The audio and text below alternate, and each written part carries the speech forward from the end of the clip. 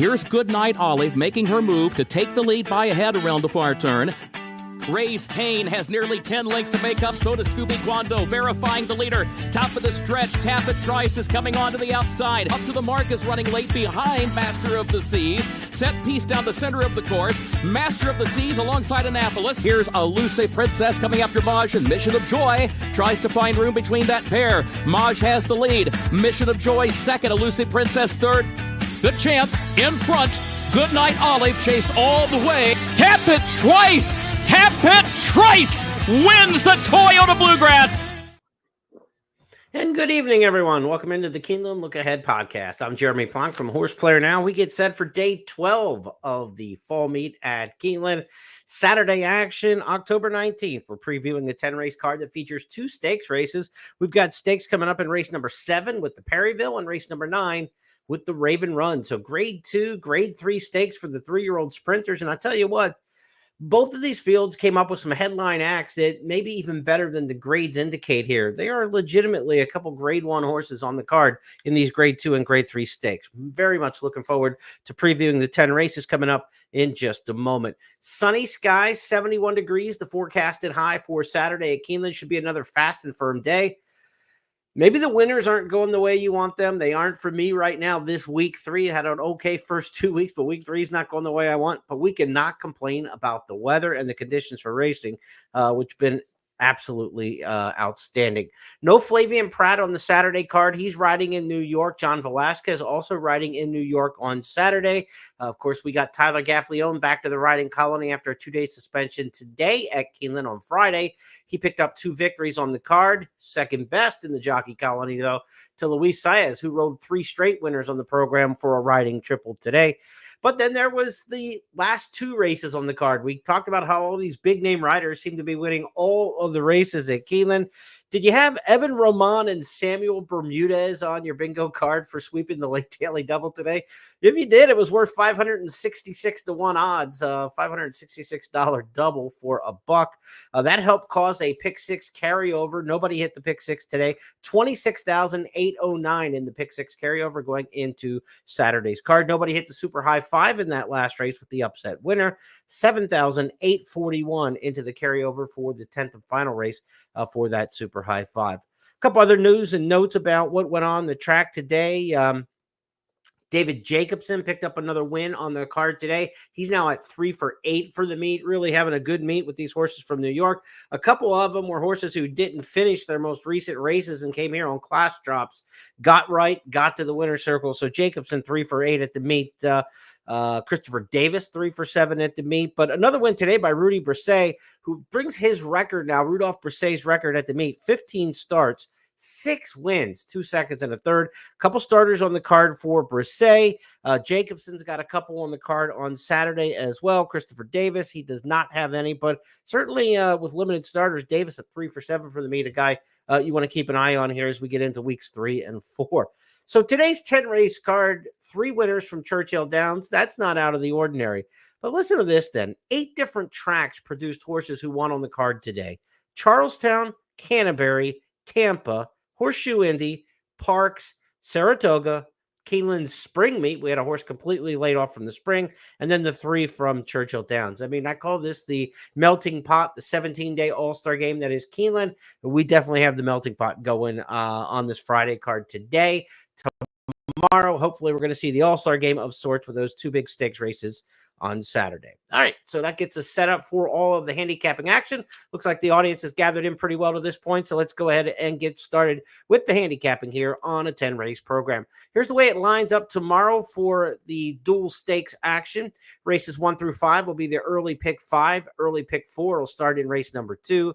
Key plays of the day for me on races 3, 6, and 10. If you've been following at the meet, that means we're probably about 1.5 is the over-under on the number of those that'll scratch. We had another one scratch today. It's just been horrible luck on our key plays scratching.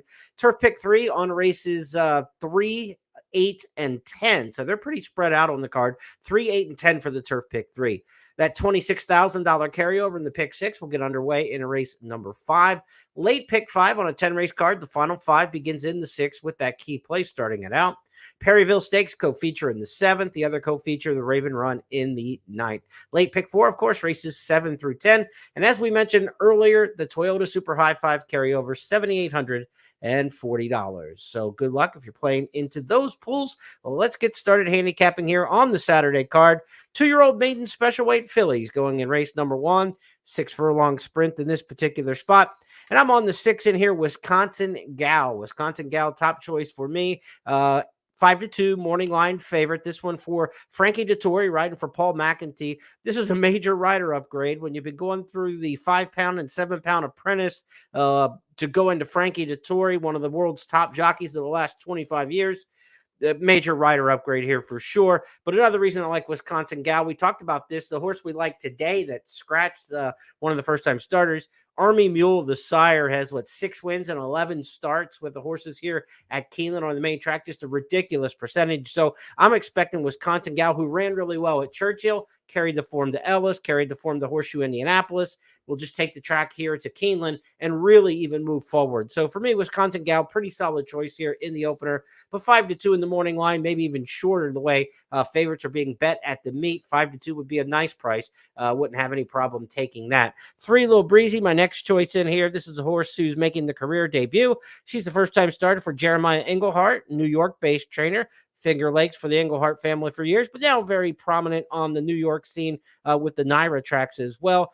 This horse has been training at Saratoga. A little worried that there might have been a missed workout there at the end of September. Maybe the clockers just didn't catch it. September 21st work, then October 2nd. A little bit of a gap there, taking 11 days to get back on the workout tab between those two works. So just a tiny bit of concern with that, but Little Breezy's had 2 breezes since that off time. And should be pretty fit to go, you would think, here for 6 furlongs.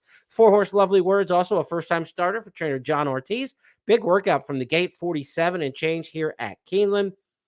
John Ortiz, a guy who's had some success here at Keeneland in 3rd weeks of the meet in recent years. He kind of saved some horses for the back end of the meet. Would not be surprised if this first-time starter can run a little bit. So 6, 3, and 4, the way I've got it. Tom Leach also has that 4 on top that we just talked about, Lovely Girl. So we'll get the pick 4 started. I'd say 2 to 3 deep in there, or the pick 5, I should say. 2, 3 deep to get started here in the opening race. Let's go to the second race, which will start the mismentioned pick 4. Pick 4 begins in race number 2. 6 furlong, 20,000 claimer here. Open conditions. We haven't had a lot of these in the meet. We used to have a lot more of them, but so many of the dual condition claimers and non-winners of that sort of thing. Just an open 20,000 claimer here for fillies and mares. So 6 furlong sprint distance. We'll go to the picks here in the second. We'll kick off the pick 4 with number 9, Awesome Anne Marie. Awesome Anne Marie, David Jacobson trains. We said Jacobson's already got a couple wins at the meet with these kind of horses. He claimed this one 2 starts back. He's off to a good start at the meet so far. Jacobson 3 for 8, claiming races. I know 2 of them came in claiming sprints similar to this. I would expect Awesome Anne Marie with Irad Ortiz aboard to be primed and ready. Ortiz has been aboard a couple of these winners for Jacobson here at Keeneland. So the 9, 3-1 in the morning line will be my top choice in here. Number 2, Stand By You, one to keep an eye on, a horse who ran decently over the track for 16,000 back in April, but won here over the track previously, going back away. Stand By You with some local experience. That never hurts, and the current form is pretty solid as well. Gerardo Corrales rides. This one needs to show a little bit more speed from the inside. You know the one's going to come barreling out of there. Tell me when. But the 3 doesn't have much speed. The 4 is not a burner in here. So I'm thinking the 2, Stand By You, under a good gate rider, Corrales, might get a little bit better position in here than some of the most recent races. So for me, race number 2, I see it as 9, 2, and 4. A bit of buy, the 4, my third choice, picked on top by Gabby in here. You know, the 9's got 3 top choices in here, probably goes as the favorite, and I think a reasonable favorite. If you wanted a single in here with the David Jacobson trainee, I wouldn't have a big argument with that, but I've got a single I like coming up. So for me, I think you could go 2 to 3 deep in here in the pick 4, pick 5 if you want it in terms of putting your ticket together. But when we get to race number 3, it's going to be my first key play on the card. This will start the Keeneland Turf pick 3, race number 3. Turf sprinters here, 2-year-old maiden special weights, 5.5 on the grass, full field of 12. So, I like the 3, 4, and 5 in these power post positions. You got to find one in there who can run a little bit and you feel like you got something. It looks to me like number 5, Hit That Review, should graduate here. By the good sprint sire, No Nay Never. Brendan Walsh trains. He's off to a good start at the meet. Gaffleone rides again. He was back today with 2 winners. This horse has been just knocking on the door in New York and in the Ellis Park debut. 2 starts back at Kentucky Downs against Floodlights. Floodlights came back and ran 3rd in the Indian Summer Stakes. So the 5 comes out of some good races against better.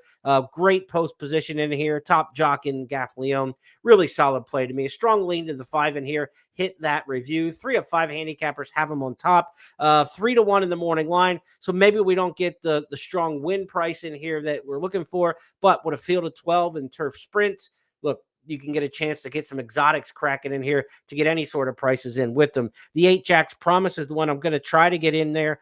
Jack's Promise for trainer Dale Romans. Big rally last time to be second behind Gate to Wire. Gate to Wire, all he did out of that race was come back and run second in the Futurity Stakes at Belmont at Aqueduct. So this horse has got a pretty good turf sprint running line there, running second to Gate to Wire, who came back in Stakes Company to run second. So give me the HX Promise underneath the 5. Hit That Review. 5, 8, and maybe some bingo. 5 and something in the middle with the 8 third might be the way to go after this one. Certainly respect the 10 Caribbean Win. First start back for this one since running second in a baby dash here in the spring meet. Wesley Ward does great with his 2-year-old turf maiden special weights. We don't see a whole lot of them in the fall, but there were a couple in the spring. He dominated those. The summer meet we had here in 2020, he did really good with those. In fact, there have been 16 2-year-old maiden special weight races on the turf. Wesley Ward's won 8 of them. But again, in the fall, not as prominent as he was in those spring ones that we had and in the summer. And the way Wesley develops his horses early, that's just the case here at Keeneland. Much more prominent with his 2-year-olds earlier in the year than later. But certainly Caribbean Win, you have to respect in here. We'll see if this son of our daughter of Speightstown will handle the turf. But for me, 5, 8, and 10, the way I'm going to try to attack in there. And I hope they go all in on Caribbean Win. It helps the price a little bit. Caribbean Win's 2-1 in the morning line. 3-1's the price on Hit That Review. If we can get right around that 3-1 price or 5-2, I'm in today. I really like Hit That Review. That's going to be a single for me. And again, we'll try to get the 8 underneath to get a little exotics pump up in the prices there for the third race. That's the first of 3 key plays on the card. We'll cross our fingers when scratches are announced about 11 o'clock on Saturday to see if we can keep these picks together. As we've struggled to do that so far this meet in dodging the scratches. 4th race on the program, we stay with the 2-year-olds. They're going long on the main track here. 2-year-old maiden or 2-year-old allowance race at a mile and a 16th. We don't get a lot of these in the fall, but we get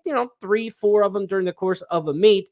5 Global Legends, one to keep an eye on in this race. He's coming out of a race against a horse who came back and won the Aventura Stakes. So the 5 Global Legend, second place finisher in the Sapling, to a horse who came back and won the Aventura Stakes at Gulfstream next out, named Crazy Frazee. So a Global Legend one you definitely want to consider in this spot. But I thought the 3 Authentic Strike was the stronger of the options in here. Debut winner at Ellis Park on 7 furlongs in a really nice race there. Then tried the Iroquois Stakes. Had no luck in that one against Jonathan's Way. Owen Almighty. Really good 1-2 finishers in that race. I think those are going to be horses that are contenders in the Breeders' Cup Juveniles. So Authentic Strike comes out of a good race. It's Rudy Brisset. Like we said, he got his 6th win of the meet from just 15 starters on today's card on Friday. Everything he's putting out there is ready to run. Good post draw for Authentic Strike in the 3-hole. Not a lot of speed from the 1. The 2's got a little gas, but the 3 should be able to get really good position into the clubhouse turn. And then you just got the short stretch run to the finish.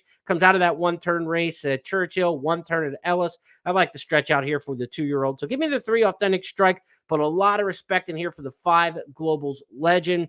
The 7 Jack's Time is the 8-5 morning line favorite. That's the one I like the least amount of this trio in here. Dominant winner at Prairie Meadows first time out, but then last time was in that same race in the Iroquois. Showed a little bit of pace and backed up in that spot.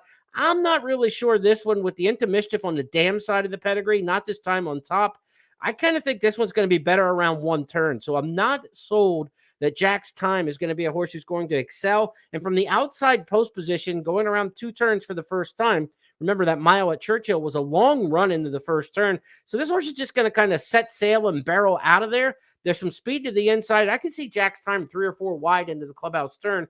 And then he's got to, overcome the questionable pedigree, I think, to go the route distance. Not this time's a versatile sire, so don't get me wrong there. And so is Into Mischief. I would just like to see Into Mischief on the top of the pedigree and something with a little more stamina on the dam side to be completely sold on Jack's Time. So for me, it's too deep. It's the 3 and the 5 in here. I like Authentic Strike. Give me the Hot Barn and Brisset, but I really do respect that race that Cassie's horse, Global Legend, comes out of. Mark Cassie, that is. So 3 and 5 for me in race number 4. Other handicappers across the way. Authentic Strike picked on top by 3 of us. One picked on top for Jack's Time. Another one for 6. Look to the Cross. Look to the Cross. Could be a nice price in there for trainer Kenny McPeak. Top choice for Kim Nelson. I've got it 3-5-7 in the 4th race. Let's move on to race number 5. Next up on the card, the pick 6 will start here. 26,808 in the carryover. A couple big prices at the end of the day at Keenland helped get that one-day carryover. So we shall see how much money gets bet into it. Probably $100,000 or so, I would say, in the $1 pick 6, with 26,000 as the carryover, maybe pushing 200,000 in new money. There'll be some money bet into it for sure. I think we do have a carryover in New York as well for Saturday. It might be, or somewhere else has got a 2-day carryover, I think, going already for Saturday. So there'll be a little bit of competition for pick $6 amongst players around the country. $100,000 maiden claimer here. These are older horses, 3 and up. Going 6 furlongs on the main track. This is essentially a maiden allowance race, but some of the horses have been in for a claiming tag already. Maiden $100,000 level, treated almost like it's a maiden special. I ended up with the 5 in here, Shortstop, who's 4-1 in the morning line. Had a lot of trouble last time out at Churchill, but the summer races were pretty good. At Ellis, at Churchill, and debuted at Turfway the previous year. So the one race was this summer at Ellis, was a decent third in there behind a runaway winner in Wendelson. Ben Colebrook, good trainers, going to Tyler Gaffleone in here. They hit, they don't team up very often, but they do have a win from 4 paired up starts. So Gaffleone, leading rider, going to a trainer he doesn't always ride for. I think that's a good sign.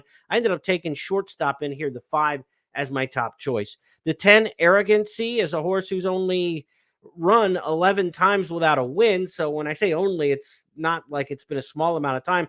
I mean, only in terms of the credentials. You haven't done that much to give this horse a big win chance, but there are 9 underneath finishes, including 7, count them, second place finishes.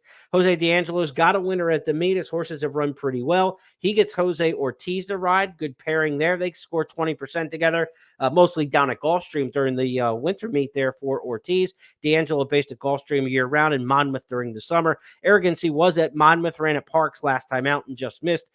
You like the 10 in here. I've got no argument with it, but don't take too short of a price on a horse who's 0 for 11 lifetime. 2-1 morning line favorite. That's why I tried to beat the horse. Shortstop, my pick, has only run 4 times, so just hasn't been living in those maiden ranks quite as long. This race is definitely one that you could spread your wings a bit. The 16 Idol, I think, at 15-1 morning line is an interesting horse at a price. Class dropper here by Curlin at a Team Pauline, and very good pedigree for this one. A real Steve Asmussen kind of pedigree on the top side there. This one goes for Jesus Esquivel. Asmussen did have this horse for the first 3 starts. Now comes off a July layoff. Shows up for new connections, but might fit well with this particular group. The ones who have run, like I said, have had some chances. The 2's run 12 times, the 3, 11 times. The 10, one of the favorites in here, has run 11 times. So I thought the 16 Idol might be one worth throwing in into the mix. So as for the handicappers in this race, Shortstop, top choice by 3 of us in here. Arrogancy, the morning line favorite, gets 1 top tab, and the 1 blue line colt by Nyquist. Nyquist having a good meet as a sire here at Keeneland. This one does run for Steve Asmussen. His former charge is the 6th. Asmussen will saddle the 1 blue line with his son Eric riding. That is the top pick in there for Gabby Gaudet. So not a ton of confidence in that particular race in race number 5. Certainly not one that I'm going to be jumping all over in terms of the multi-race wagers. You're going to have to spread a little bit. And in the pick 6, I think you'll want to spread a little bit to feel confident there in the 5th race. Reminder still to come. We've got 2 stakes races on the card, and a little bit later, we'll get Tom Leach's interview with trainer Brad Cox, who's got the favorite Emery for the Raven Run Stakes in race number 9. So we'll have a little bit of sound for you. So stick around for that coming up here in a few minutes. But we start the late pick 4 next in race number 6, or late pick 5, I should say, in race number 6. It's my second of 3 key plays on the card, and this one is 15-1 in the morning line. If you're going to get a price on a horse, a lot of times you're going to have to be a forgiving handicapper, right? A horse probably at a big price is coming off a really bad effort or hasn't lived up to expectations. Can you make excuses for why a horse ran bad? If you can, then those are the kind of long shots that you might be able to catch. Well, my long shot in here is 2 Eagles River in the upcoming 6th race. Last time out, tried to turf and ran 11th beat in the city block. This isn't a turf horse. That was the first turf attempt, and it'll probably be the last that Chris Hartman sends this horse on the turf. Draw a line completely through that race, and this horse looks like a different horse. The form on dirt is quite good, very consistent, a good sprint runner from Oaklawn over the course of the winter and through Churchill this summer. So at 15-1 in the morning line, I'm hoping that bad race last time kind of pushes people away, but that was on the turf. A very legitimate reason to make an excuse and to be a forgiving handicapper, and to me, that's how you get some prices. We're going to try to catch a bomb here at 15-1 in the morning line with 2 Eagles River. As we look across the other handicappers here at the selectors box at Keeneland.com, no one else has the 2 Eagles River anywhere in their top 3. So I'll take that. Fort Warren, the ex-Bob Baffert charge, claim last out, had been gone to Eddie Keneally. Brittany Russell claim now in a Tom Amos barn, is in the outside post. I don't know how this horse's running style actually plays out. Has shown some speed, has been left at the start. I don't know what to do with Fort Warren. I didn't use the horse. We'll see if that turns out to be a good move or a bad move. Other handicappers across the box do like Fort Warren, though. 2 top choices in here for Gabby and Kim. As for Scott, he's got 2 Eagles River as well. I'm sorry about that. I was saying that I was the only one who had 2 Eagles River anywhere. I missed right off the bat. Scott's got the 8 on top as well. So hopefully we've got a little tag team action there, and we've got the top choice in there. The 3 Principe Carlo, top pick in here for Tom Leach. Tom's good long shot picker. We'll see what Principe Carlo does for him coming in from Santa Anita. An interesting group because they're coming from all over. You got a Woodbine horse in here, Scoot Daddy. We already saw a Woodbine winner earlier this week come in for Kevin Attard in Rapoli's stable.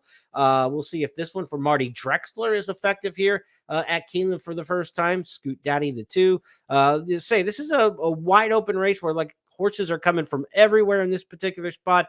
Wyco, the 4 horse, is a horse who ran here in the spring meet for Wesley Ward, ran 3rd in the Commonwealth Stakes. We haven't seen him since the April meet. We did have a winner on the card today. We've been laid off since the Keeneland spring meet. So that kind of layoff can be achieved, and we're only talking 6.5 furlongs here. So the 4 would be no surprise with good Keeneland form, a win over the track, and also a 3rd place finish in Stakes Company.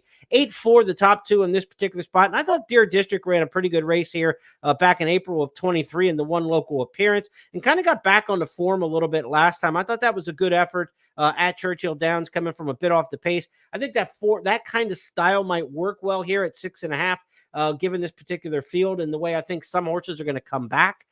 So Deer District's one I think who can be finishing well and be part of the ticket at a fair price. So 2 Eagles River, love this one in here. 15-1, one of my key plays of the day. Definitely want to get win money. We definitely want to look at some tries, maybe some supers. 10-horse field here, barring any scratches. I always like to play tries and supers with at least 10 in the field. So, if the field keeps together, you're looking try supers. Otherwise, looking at exactas. But certainly, 8-4 exacta box, maybe 8 with some 7 in there as well. Would definitely be a good approach, I think.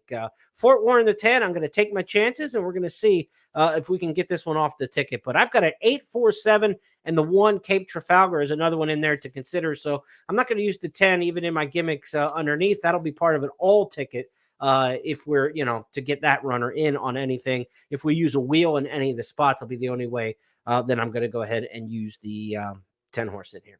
All right, let's go to the 7th race, the first of 2 stakes races. It's the Perryville Stakes. Also kicks off the late pick 4. This is a grade 3, 7 furlong sprint, and we've got ourselves quite a field in here. Let's look at the field for the Perryville.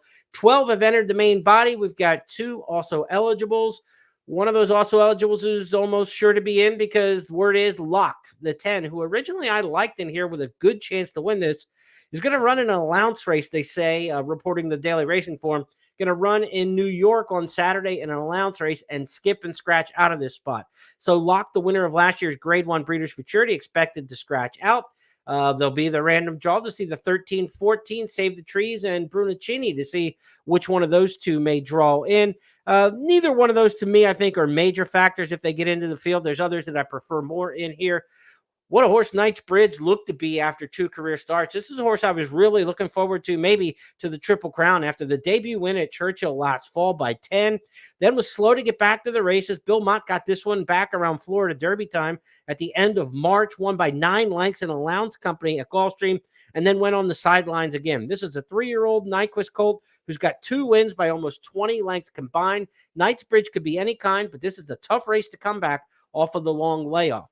The favorite in here is probably going to be number 5, Bookham Dano. I could see Knightsbridge getting quite a bit of betting, but the 3 straight triple-digit buyers for Bookham Dano probably makes that horse the favorite. He's the winner of the Woody Stevens on the Belmont undercard. Third, just beaten a length by Domestic Product in the H. Allen Jerkins at Saratoga on Travers Day. He ran second, beaten ahead to Forever Young, the eventual Kentucky Derby third-place finisher, in a dynamite effort on the front end in the Saudi Derby. He's working strong for Derek Ryan at Monmouth Park. And you got to think Bookham Dano is going to be tough in this particular spot. I've got him on top here. I think he goes, and keeps running up this record as perhaps the best sprinter 3-year-old in America. Domestic Product could certainly make that argument after beating him on the square in the H. Allen Jerkins. Prince of Monaco might get that chance in the Breeders' Cup to make that statement. But Bookham Dano, from the beginning of the year till now, it's hard to say anyone's had a better year sprinting with his win in the Pasco in January, just missing in Saudi. He's less than a length and a half away from being unbeaten this year. He's really, really run well in almost any situation. Irad Ortiz is aboard. He rode him in the Woody Stevens on Belmont Day. He rode him in Saudi Arabia. Knows the horse, and I think Bookham Dano is going to be a favorite in here at 2-1 morning line that they're going to have to beat. But I do have a lot of respect for Knightsbridge. Another horse, if you're looking, because I think those are the 2 favorites, and it looks rather chalky from my estimation in the Perryville. A horse you want to watch in here is Epic Ride. I really was impressed by this horse at Turfway last winter.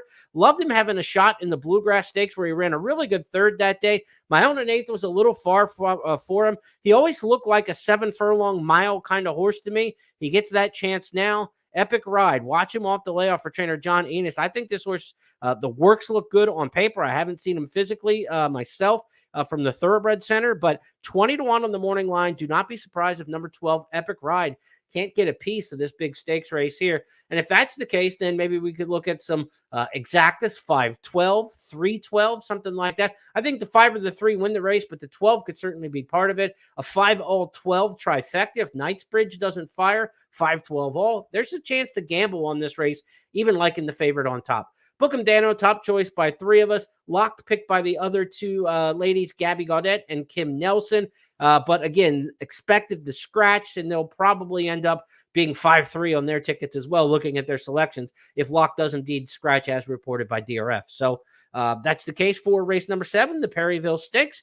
We'll move on to the 8th, and then we'll be back with more stakes action for the 9th. 8th race on the card. Kicks off the turf, or the final pick 3 on the program, races 8, 9, and 10. It's the second leg of the Keeneland Turf Pick 3. This is the 3rd level allowance, mile and a 16th on the turf.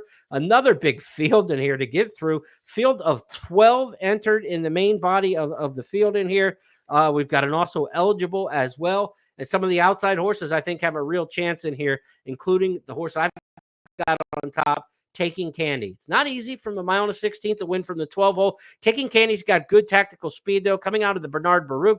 The firmer turf course that we have here at Keeneland this fall should play well to what this horse has run over in the past. Has showed good form over that kind of footing. Sharitovo's horses are just all running so well. Jose Ortiz, who's had a riding triple earlier this week, he's having a good meet as well. So give me the 12, Taking Candy. There's not a ton of speed in this race. The 8, Mr. Muldoon, has a little bit of pace, but then when you're trying to find like who's the other speed, there's really not. So that's why I'm not as afraid to take a horse out of the 12 hole, because there's not a ton of speed in here. So I think at the worst, you're 2 to 3 wide into the clubhouse turn with Taking Candy. This horse should not be hung out in the parking lot. Taking Candy, the top pick by Scott, Tom, and myself. Miranda Wright's the 7, top choice for Gabby, and the 3, Irish Aces, who's my second choice, is the top pick for Kim Nelson. Miranda Wright's a long shot play in here for Gabby. Be interested to see the case she makes for that one on the Today at Keeneland show. Be sure to tune in at 11:30 a.m. Eastern each race day for Scott and Gabby's preview. They give you Tom Leach's long shot play, Clockers report, all that kind of stuff. Great show today at Keeneland. But I'm curious to see how she makes the case for Miranda Wright's in there as her top choice. It's Mark Cassey, that's the father-in-law, and Irad Ortiz riding. So maybe she's got some good info and insight on this particular runner. Miranda Wright's top pick in there for Gabby. I'm going to go with the 12, Talking Candy. 12, 3, 10 for me in race number 8. To the 9th we go. It's our second and co-featured race on the program amongst the stakes races. 7 furlong Lexus Raven Run, grade 2 stakes race here. Favorites have won this race for the last 10 years, and the last 4 winners have been 3-1 or less. I think those kind of streaks are going to continue, as the heavy chalk in this race figures to be Emery. We look at the field for the Raven Run, and Emery here in post position number 5 is 7-5 in the morning line for trainer Brad Cox. Coming off a second-place finish in the test stakes behind Ways and Means. Ways and Means expected to be the favorite or maybe second choice at worst in the Breeders' Cup Filly and Mare Sprint. So we know this 3-year-old's coming out of a big-time race last time out. These are all 3-year-olds in the Raven Run, as were the fillies in the test stakes. But Emery, top choice in here for me and for a lot of handicappers to be sure. Earlier this week, Tom Leach caught up with the trainer, Brad Cox, who's looking for his 4th stakes win of the meet. He talked about Emery in the Raven Run. Brad Cox has got Emery in the Grade 2 Lexus Raven Run. A little bit of a break after the nice run in the test. How's she doing? She's doing great. That was definitely a planned break. Just kept her up at Saratoga, brought her back to Churchill, preparing her for this race. She had the run at Churchill, back quick to the victory ride. Felt like it was a little quick back to the test. She ran well in all 3 starts, so thought 3 races, short period of time, would give her a little bit of a breather, and we've been pointing for this since the test. How has she improved from when she won here in the spring to now? Well, she's been very consistent throughout her career. Solid workhorse, and always shows up. And I think she's definitely developed physically since the spring, and hopefully she takes a step forward on Saturday. So thanks to Tom Leach and to Brad Cox for that. Emery coming off the layoff, a planned layoff from that August 3rd race in the test, set to go for the Raven Run. She's my top choice in here. And as we look across the way, she's everybody's top choice. I've got a 5, 3, 6, and there's a lot of commonality here between the 5 and the 3 and the 6 in various combinations. Also the 2 Mauchia. Get some play from the other handicappers, but 5, 3, 6. I don't think this is going to be a great betting race, intra race. I think you want to get in and out of this race. Exactus 5, 3 aren't going to pay that great. 5, 6 might not be a bad Exactus shot. The 6 Vivi's Dream is a filly who ran well here in the Alcibiades last year when running second to Candide. She took a layoff after the Fairgrounds Oaks, missed the Kentucky Oaks season. But came back in a 6 furlong race at Churchill that was just kind of a setup race for this one. Now she goes back to 7 furlongs. I could see the 6 Vivi's Dream running well here, but I can't see anybody beating Emery. So 5, 3, 5, 6, those are the classy ones. My main squeezes run in all the big 3-year-old races this year, from the 8 Bells to the Acorn to the Test. Charlestown Oaks. She's really never misfired. Won the Dogwood last time out, and maybe one of the best races of her career. So she's going to run well. I think Vivi's Dream's going to run well, but they're not going to run as well as Emery, I don't think. Looking for Tyler Gaffleone to win this race, the Raven Run, for the 3rd time since 2018.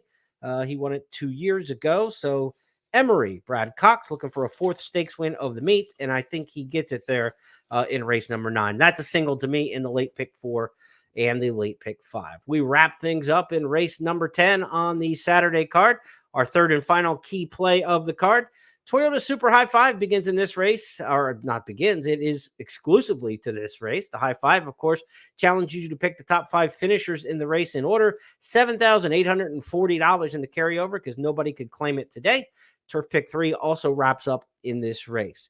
Now, I think there's a logical horse in this particular spot, and then I think there's 2 price horses that we can work around. that's why it's a key play for me in here, because we're not even just relying on one horse at a price that I think can be effective in here. Number 2, Judith, the first-time starter. Number 5, Grove City Sunset. 10-1 and 30-1, respectively, in the morning line. I think both of those horses have a chance in here for different reasons. We'll make the case. And then the 3 in here, Running Away for Wesley Ward, looks like a very logical favorite who's well drawn, coming off a second-place finish at Saratoga. There's no knock on the favorite. There's just other good horses options, I think, in the race that can be used in conjunction with the favorite or even upset the favorite in here. So that's why it becomes a key play for me in this particular spot. We've got a couple of them that we like. So let's take a look at the picks across the way. The Running Away, the 3, expected to be a really solid favorite in here. 9-5 in the morning line, picked on top by Scott, by Tom.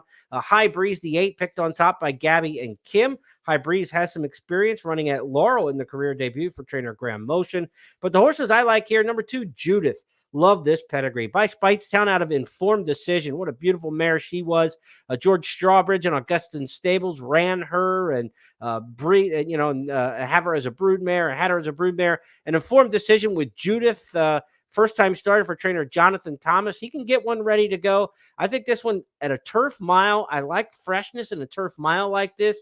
It's often a place where horses off long layoffs can be trained up to a race like this. I think this is not a bad spot at all for this 2-year-old filly. She's drawn beautifully well, and Irad Ortiz takes the mount. He doesn't ride very often at all for Jonathan Thomas.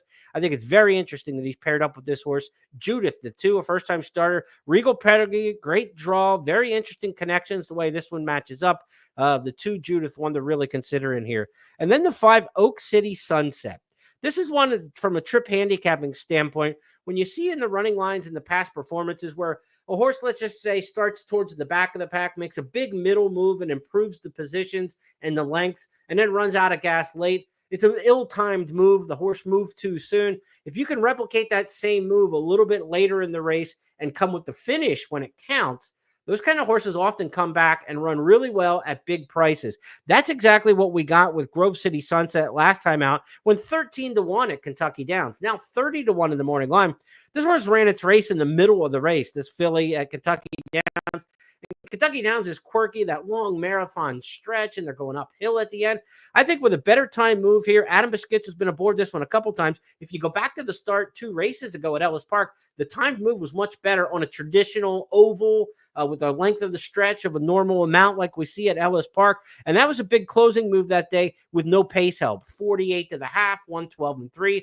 So if this filly gets some pace and gets back in a traditional oval where she can kind of time her move the right way, I think Miss Grove Sunset could be very interesting in here. And you have to expect the 3, the Wesley Ward, who almost wired the field in the debut at Saratoga, that runner is going to show pace in here. So maybe we'll finally get a fair tempo for the 5, Grove City Sunset, to show what she can do. Adam Biscuitza on a closer, save some ground, and see if we can't get a little something. The 5, Grove City Sunset underneath for me, very interesting. So I want to use the 2 and the 5, working in and respecting with the 3. I mean, this might be a place where you go with a traditional exacta box. I'm not one to box 3 horses typically, but the 2 could be in any spot. The 5 could be in any spot, and the 3 is realistic to stay, 1, 2, 3 in this race. But if we can back out and get the 3 all the way to 3rd in here, and they run 2-5 or 5-2, now we're looking at a boxcar kind of payoff. But you definitely want to get the combinations with the 3 in there. So a 2-3 exacta box and a 3-5 exacta box. And of course, you come back and say, well, geez, if you got those 2, you want to hit the big balloons if the 2 and the 5 both run in here. So I think this is actually a rare case where I'm going to say, use a 3-horse exacta box. Now, you can put some more combinations on a way that you like it more, or more with the favorite included. So if the favorite is in there, you'll get a little bit more back on your payback because you'll have it more than once. That sort of thought process. But 2, 3, and 5 for me, the way I'm seeing race number 10. And we'll try to get out of here with a nice one in the finale. As for the other handicappers, like we said, Running Away, top choice for Scott and Tom. And the ladies are going with the 8, High Breeze in here, the Grand Motion trainee, the 8-horse. So that's a look at the 10-race card for Saturday, pair of stakes races. We're happy you joined us tonight. We'll be back tomorrow night on Saturday to preview the Sunday card. Sunday's race card includes the Dowager Stakes at 1.5 miles on the turf for the fillies and mares. So the turf marathoners for the ladies will be center stage on Sunday. That will be day 13.